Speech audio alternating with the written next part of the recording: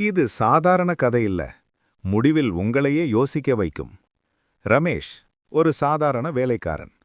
அவரின் மனைவி லதா அமைதியானவள், ஆனால் உள்ளத்தில் நிறைய கனவுகள். குடும்பம் நிதானமாக போகிறது. ஆனா ஒரு குறை, சேமிப்பு இல்லை. நாளைக்கு ஏதாவது ஆச்சுன்னா என்ன பண்ணுவோம்? இந்த கேள்வி லதாவை தினமும் துரத்திக் கொண்டே இருந்தது. ஆனா ரமேஷ், இப்போ இருக்கிறதுல சந்தோஷமா வாழலாம் என்ற மனநிலை.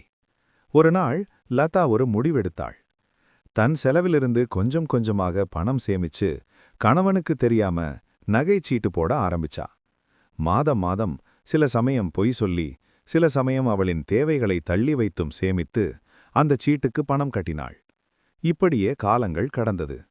ஒரு நாள் என் கையில் என் குடும்பத்துக்காக தங்க நகை இருக்கணும் என்று நினைத்தால் சில சமயம் சின்ன நகையாகவும் சில சமயம் கோல்டு காயினாகவும் சேர்த்தாள். ஒரு நாள் ரமேஷ் வீட்டுக்கு சீக்கிரம் வந்தான். அப்போ லதா சீட்டு பணம் கொடுக்க போறதுக்காக நின்றதை பார்த்துட்டான். இது என்ன? அவன் கோபம், சந்தேகம் எல்லாம் கலந்த குரல். லதா பயந்து நின்றாள். என்ன சொல்வது என்று தெரியாமல். அவள் மெதுவாக சொன்னாள், நம்ம ஃபியூச்சருக்காக, நம் குடும்ப நலனுக்காகத்தான் இப்படி சேமித்தேன் என்று கூறி இதுவரை அவள் சேர்த்த கோல்டு காயினை கணவனிடம் கண்ணீரோடு காட்டினாள். ரமேஷ் சில நிமிடம் எதுவும் பேசல.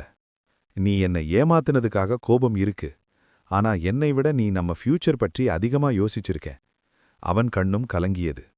அந்த நாளிலிருந்து அவன்தான் லதாவுடன் சேர்ந்து சேமிக்க ஆரம்பிச்சான். நகைச்சீட்டு சேமிப்பு சரியா? கமெண்ட்ல சொல்லுங்க. மனைவியின் சிக்கனம் குடும்பத்தை உயர்த்தும்னு நினைப்பவங்க லைக் செய்து சப்ஸ்கிரைப் பண்ணுங்க.